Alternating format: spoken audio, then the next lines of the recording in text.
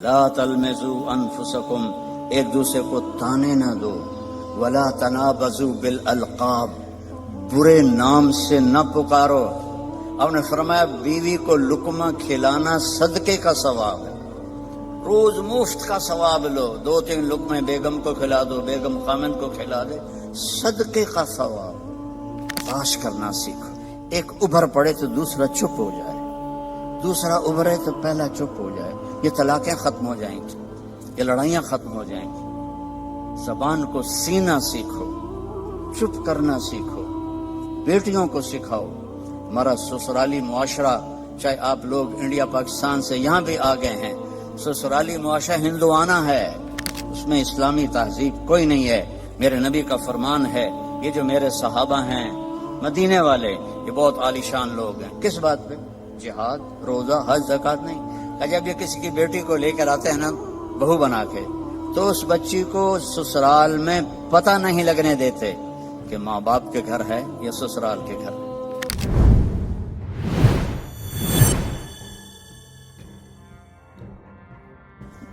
اگر آپ گھروں میں محبت کی زندگی گزارنا چاہتے ہیں، تانا دینا چھوڑ دیں۔ لا تلمزوا انفسکم، میرے رب کہہ رہا ہے، لا تلمزوا انفسکم، ایک دوسرے کو تانے نہ دو، ولا تنابزوا بالالقاب، برے نام سے نہ پکارو۔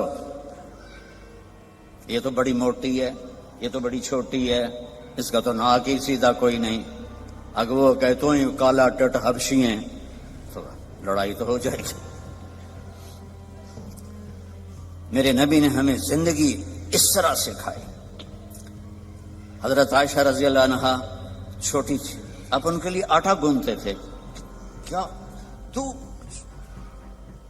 آپ کی شان سناؤ قرآن سے، والنجم اذا ہوا ما ضل صاحبکم وما غوا وما ينطق عن الهوى ان هو الا وحی یوحى علمه شدید القوى ذو مرة فاستوى وهو بالافق الاعلى ثم دنا فتدلى فكان قاب قوسين او ادنى۔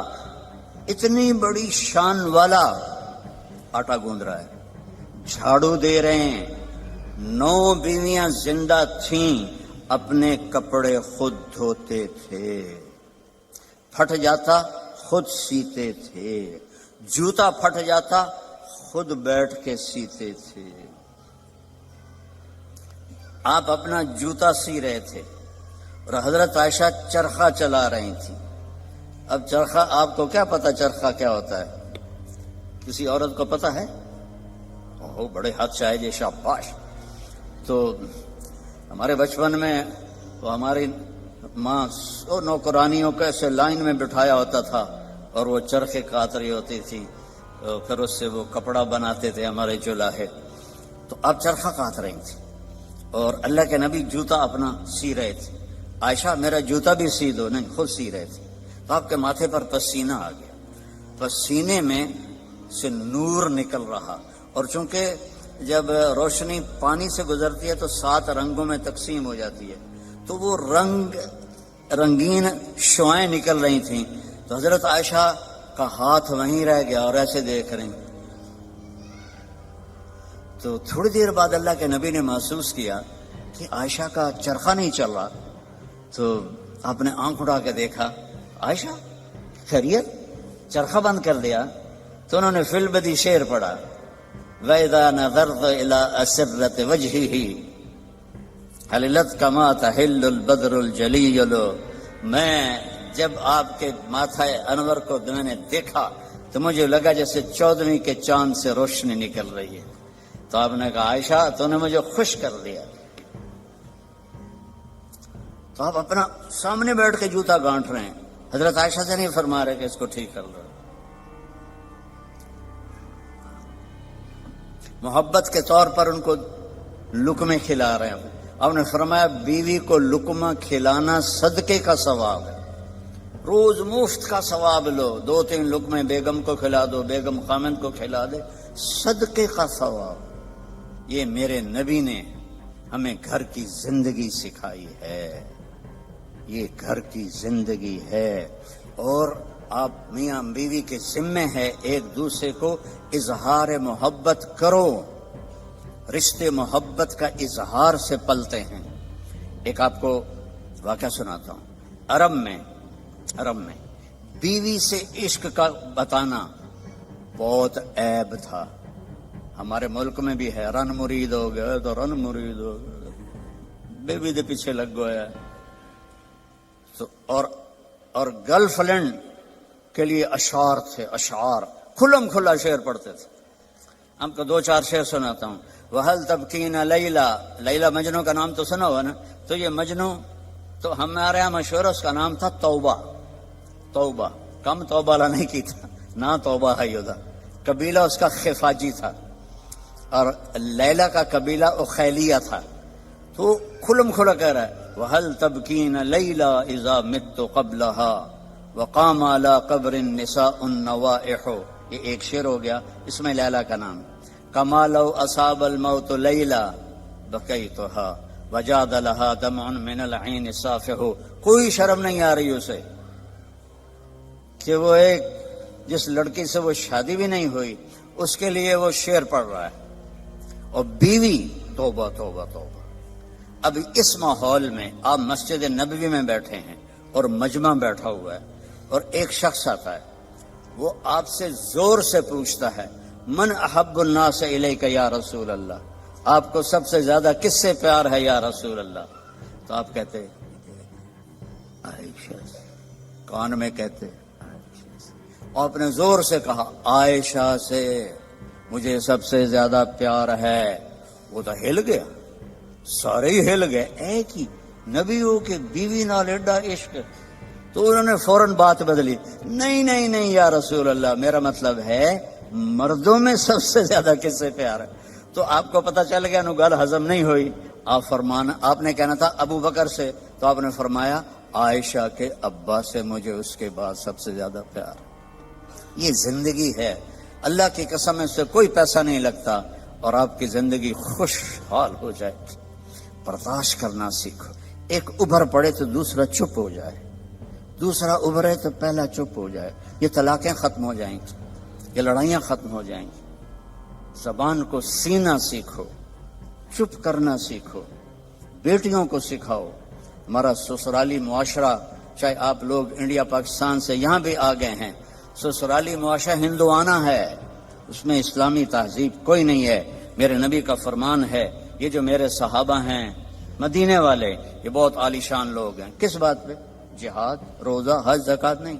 کہ جب یہ کسی کی بیٹی کو لے کر آتے ہیں نا بہو بنا کے، تو اس بچی کو سسرال میں پتہ نہیں لگنے دیتے کہ ماں باپ کے گھر ہے یا سسرال کے گھر.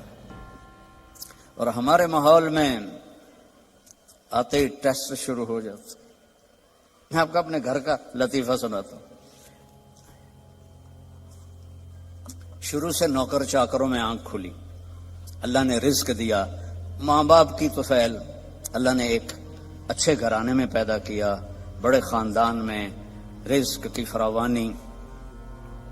اور ہمارے والد میری ماں کو چولہے پہ نہیں بیٹھنے دیتے تھے، نوکرانیاں کریں، نوکر کریں. ٹھیک ہے، میری شادی ہو گئی. میری بیوی تھی شہر سے، تو فیصلہ آباد، میں ملتان کے پاس میرا گاؤں. لینگویج بالکل مختلف، ہماری بڑی ٹھیٹھ اور کڑکتی ہوئی لینگویج تھی. تو بیچاری ویسی گھبرائی رہتی تھی. اب ماسیاں چاچیاں کٹھی ہو گئی. ذرا سننا،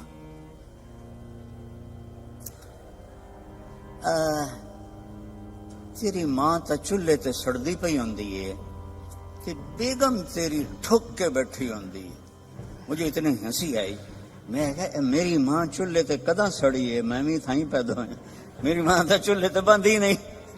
میری ماں کو روٹی پکانے بھی پوری نہیں آتی تھی، سالن بنانا بھی پورا نہیں آتا تھا، کہ میرے ابا جی ان کو کام نہیں کرنے دیتے تھے. نوکرانیاں تھیں، نوکر تھے. اب وہ کہہ رہی تیری ماں تا چولہے تے سڑدی پئی ہوندی ہے. اور میری پنجابی سمجھ رہے ہو؟ کوئی گجراتی تو نہیں بیٹھے ہوئے کہ جن کو کیم شو والے؟ اچھا اردو ترجمہ کروں گا پھر. تیری ماں تا چولہے تے سڑدی پئی ہوندی ہے تے تیری بیوی ٹھک تے پلنگ تے بیٹھی ہوندی ہے. میں ہنس پڑا. میں کہ میں نے دسو تو صحیح کدا میری ماں چولہے تے سڑی ہے؟ میری مستورات بزرگ کہہ رہی ہیں تمہاری ماں تو چولہے پہ جل رہی ہوتی ہے، سالن بنا رہی ہوتی ہے، اور تیری بیوی مزے سے بیڈ پر بیٹھی ہوتی ہے، تو تجھے خیال ہی نہیں آتا؟ تو میں نے کہا کب میری ماں چولہے پہ جا کے سڑتی جلتی ہے؟ اسے تو آخری زندگی تک روٹی بنانی نہیں پکاتی تھی پٹھی سیدھی، کیونکہ کبھی ابا جی نے ان کو بیٹھنے ہی نہیں دیا تھا۔ تو یہ ہمارا سسرالی معاشرہ ہے کہ آتے ہی دلہن کو سینگوں پہ اٹھا لیتے ہیں۔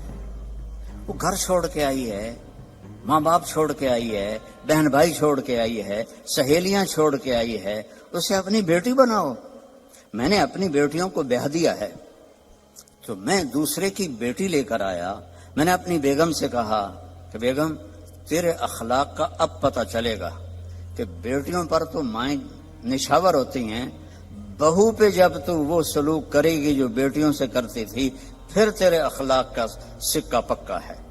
تو اللہ کے فضل سے میری بیوی نے اس کو کر کے دکھایا، نبھا کے دکھایا۔ عبداللہ بن عمر سے کسی نے پوچھا حضرت میں نے اپنے ماں کو خراسان سے کندھے پہ بٹھایا، خراسان یہ جو ایران میں، اور میں مکہ پہنچا کندھے پہ بٹھا کے سارا حج کرایا، تو میں نے ماں کا حق ادا کیا۔ انہوں نے کہا ولا ظفرتن واحدہ، تیری ماں تجھے سنبھالتے ہو جب تھک کے گہرے گہرے سانس لیتی تھی نا، ابھی ایک سانس کا بھی حق ادا نہیں ہو۔ ایک ٹیچر بچوں کو پڑھا رہی تھی، تھکی ہوئی اور تنگ آئی ہوئی، کہا بچوں بولو سی یو پی سپ۔ تو بچے کہنے لگے مس سی یو پی تو کپ ہوتا ہے، کہا نہیں بولو سی یو پی سپ۔ تو انہوں نے بچوں نے پھر کہا مس سی یو پی کپ ہوتا ہے؟ انہوں نے کہا اتنی تھوڑی تنخواہ میں سی یو پی سپ ہی رہے گا، کپ نہیں ہو سکتا۔ ایک شخص آیا حضرت عبداللہ بن عمر کے پاس، عبیداللہ بن عمر کے پاس، حضرت میں نے ماں کو حج کرایا کندھے پہ بٹھا کے، میں نے ماں کا حق ادا کر دیا۔ تو انہوں نے کہا ولا طلقۃ واحدہ۔ طلقہ کسے کہتے ہیں؟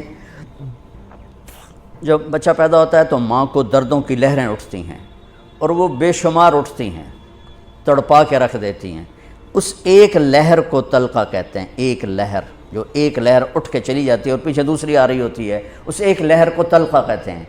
تو عبیداللہ بن عمر فرمانے لگے ابھی ایک لہر کا بھی حق ادا نہیں ہوا، یعنی یہ حق ادا ہو ہی نہیں سکتا۔ عبداللہ بن عمر سے کسی نے پوچھا حضرت میں نے اپنے ماں کو خراسان سے کندھے پہ بٹھایا، خراسان یہ جو ایران میں، اور میں مکہ پہنچا کندھے پہ بٹھا کے سارا حج کرایا، تو میں نے ماں کا حق ادا کیا۔ انہوں نے کہا ولا ظفرتن واحدہ، تیری ماں تجھے سنبھالتے ہو جب تھک کے گہرے گہرے سانس لیتی تھی نا، ابھی ایک سانس کا بھی حق ادا نہیں ہو۔ اتنا حق رکھا ہے۔ میں قربان جاؤں اپنے نبی کی سیرت پر، آپ نے فرمایا اکرموا اولادکم، اپنی اولاد کو بھی عزت دو، اپنی اولاد کو بھی عزت دو۔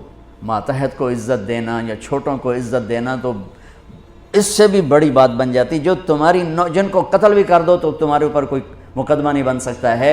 آپ نے کہا اپنی اولاد کو عزت دو، کہ ان کے اندر عزت بھرو گے تو وہ واپس آئے گی۔ جب ہر وقت ڈنڈا چڑھا ہوا ہے، کتنا پڑھ لیا، کتنے اے آ گئے، کتنے بی آ گئے، کتنے سی آ گئے، جب ہر وقت ان کے سروں پہ یہ تلوار، 3 سال کے بچے کو اسکول میں مائیں ڈال دیتی ہیں، ان سے بڑا ظالم کون ہوگا؟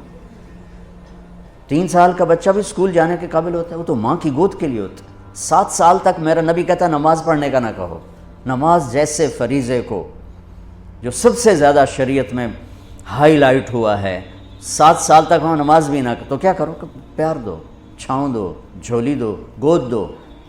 جو ماں 2 بچوں کو تنگ ہو کے اور جا کے اسکول پھینک آتی ہے کہ میری جان بخشی جائے، 30 بچوں کو ایک ٹیچر کیسے سنبھالے گا یا سنبھالے گی؟ اپنے بچوں کو اسکول ڈال دیا تو بیکن والوں کے پاس یا گرامر والوں کے پاس یا جتنے بھی اسکول ہیں ان کے پاس تو محبت کوئی نہیں، وہ تو ایک ڈیل ہو رہی ہے۔ ہمارے اسکول کے جو ہمارا جو نظام تعلیم ہے وہ کاروبار بن چکا ہے، معذرت کے ساتھ ہاتھ جوڑ کے کہتا ہوں، ہمارا نظام تعلیم نہیں ہے، ہمارے تعلیمی ادارے تو کاروبار بن چکے ہیں، ہمارے ڈاکٹر تاجر بن چکے ہیں۔ جب قوموں پہ زوال آتا ہے تو یہ چیزیں ظاہر ہوتی ہیں۔ ایسے ایک لطیفہ ہے کہ اچھا اوپر سے تنخواہیں تھوڑی، ایک 40 بچے 30 بچے 20 بچے پکڑا دیے، ایک چیں کر رہا ہے، ایک باں کر رہا ہے، کوں کر رہا ہے، کہیں کر رہا ہے، وہ بیچارے کبھی ادھر بھاگتی کبھی ادھر بھاگتی ہے، تو ماں کہتی میں نے بیکن میں ڈال دیا، بس ہن ٹھیک ہو جائے گا، ٹھیک ہو جائے گا، وہ تیرے سر تے لتر مارے گا بڑا ہو کے۔ ایک ٹیچر بچوں کو پڑھا رہی تھی، تھکی ہوئی اور تنگ آئی ہوئی، کہا بچوں بولو CUP سپ، تو بچے کہنے لگے مس CUP تو کپ ہوتا ہے، کہ نہیں بولو CUP سپ۔ تو انہوں نے بچوں نے پھر کہا مس CUP کپ ہوتا ہے، انہوں نے کہا اتنی تھوڑی تنخواہ میں CUP سپ ہی رہے گا، کپ نہیں ہو سکتا۔ میں قربان جاؤں، میرے نبی نے کہا اکرموا اولادکم، اپنی اولاد کو عزت دو۔ سب والدین بیٹھے ہوئے ہیں، ماں باپ بیٹھے ہوئے ہیں۔ میرے نبی خود کیسے عزت دیتے تھے؟ یہ میرے نبی کا گھر ہے، یہ آپ کی بیٹی فاطمہ کا گھر ہے، بیچ میں 2 گھر ہیں، تیسرا کا چوتھا گھر حضرت فاطمہ کا، اور آنا جانا کبھی کبھی نہیں ہے، ہر دوسرے تیسرے دن آنا ہے، روز بھی آنا ہے، چونکہ ساتھ تو گھر ہیں۔ اور آپ کو اپنی اولاد میں سب سے زیادہ پیار حضرت فاطمہ، میرے جگر کا ٹکڑا ہے، جس نے اسے سکھ دیا اس نے مجھے سکھ دیا، جس نے اسے تکلیف دی اس نے مجھے تکلیف۔ فاطمہ میری بیٹی جنت کی عورتوں کی سردار ہے، ایسے خوبصورت فضائل تو کسی کو نہیں ملے۔ میرے بیٹے حسن حسین جنت کے نوجوانوں کے سردار ہیں۔ فاطمہ تو، میں، یہ دونوں، یہ علی، ہم پانچوں قیامت میں اکٹھے ہوں گے۔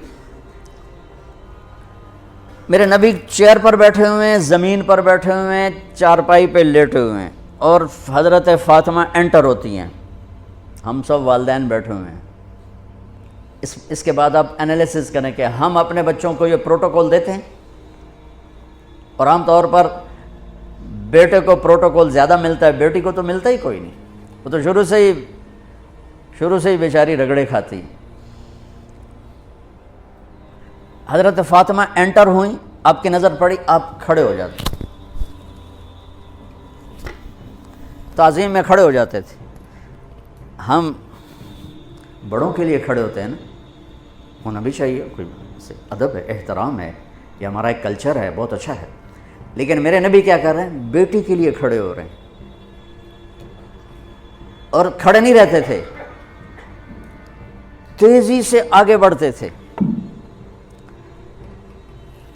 تو اب میں نے لگام لگی، میں جا نہیں سکتا، وہ تیزی سے آگے بڑھتے تھے اور جا کر حضرت فاطمہ کا ہاتھ پکڑ لیتے تھے، اور ہاتھ پکڑ کے بوسہ لیتے تھے، پھر ہاتھ چھوڑتے نہیں تھے، ہاتھ پکڑے پکڑے یوں تشریف لاتے، اور پہلے کہتے بیٹھو یہاں، پہلے حضرت فاطمہ کو بیٹھاتے، اس کے بعد خود بیٹھتے تھے۔ یہ میرے نبی کی سیرت کے وہ پہلو ہیں جو آپ نے شاید کبھی نہیں سنے ہوں گے۔ چاند کے 2 ٹکڑے کر دیے، اس سے میرے نبی کی عظمت کا تو پتہ چلتا ہے، لیکن مجھے راستہ تو نہیں ملتا کہ میں نے زندگی کیسے گزارنی۔ ہم اپنے نبی کو بیان بھی کرتے ہیں تو معجزات کو بیان کرتے ہیں، جو ہمارے لیے اس میں عظمت تو موجود ہے، ایمان عقیدہ تو موجود ہے، لیکن رہبری تو یہاں سے ملے گی جو میں آپ کو نبی کی لائف بتا رہا ہوں۔ کھڑے ہو جاتے، اور حضرت فاطمہ بھی اپنے ابا کے ساتھ یہی کرتی تھی۔ پھر اولاد کا بھی رکھ کہ جو ہی اللہ کے نبی انٹر ہوتے، وہ بیٹھی ہیں، وہ لیٹی ہیں، وہ کوئی کام کر رہی ہیں، ایک دم بجلی کی تیزی کے ساتھ جاتی، اپنے باپ کا ہاتھ پکڑ کے بوسہ لیتی، پھر ہاتھ نہیں چھوڑتی تھیں، ہاتھ پکڑے پکڑے پکڑے پہلے اپنے حبیب والد کو بٹھاتی، پھر اس کے بعد خود بیٹھتی تھیں۔ میرا نبی چھوٹوں سے یوں کر کے دکھا گیا۔ آپ بڑے افسر اگر چھوٹوں کو عزت دیں گے تو آپ کے دفتر جھوٹ سے پاک ہو جائیں گے، آپ کے دفتر منافقت سے پاک ہو جائیں گے، آپ کے دفتر خوشامد سے پاک ہو جائیں گے، غلط فیصلوں سے پاک ہو جائیں گے۔ جب آپ کو کوئی مشورہ دینے والا صحیح مشورہ ہی نہیں دے گا تو آپ پر وہی تو آتی نہیں کہ آپ صحیح فیصلے کریں۔ ہمارے فیصلے کتنے غلط ہوتے ہیں، آپ کو اندازہ ہی نہیں، کیونکہ آپ لوگ اسلام آباد میں بیٹھے ہیں، ٹھنڈے دفتروں میں بیٹھے ہیں، ٹھنڈے ایڈیٹوریم میں بیٹھے ہیں، کانفرنس بھی ٹھنڈے ایڈیٹوریم میں ہے، تو چکوالج کی ہو رہا ہے تو انہوں کی پتہ، جہاں پانی کی بوند نہیں مل رہی، اوپر سے نظام ہو خوش آمد والا تو تباہی ہے.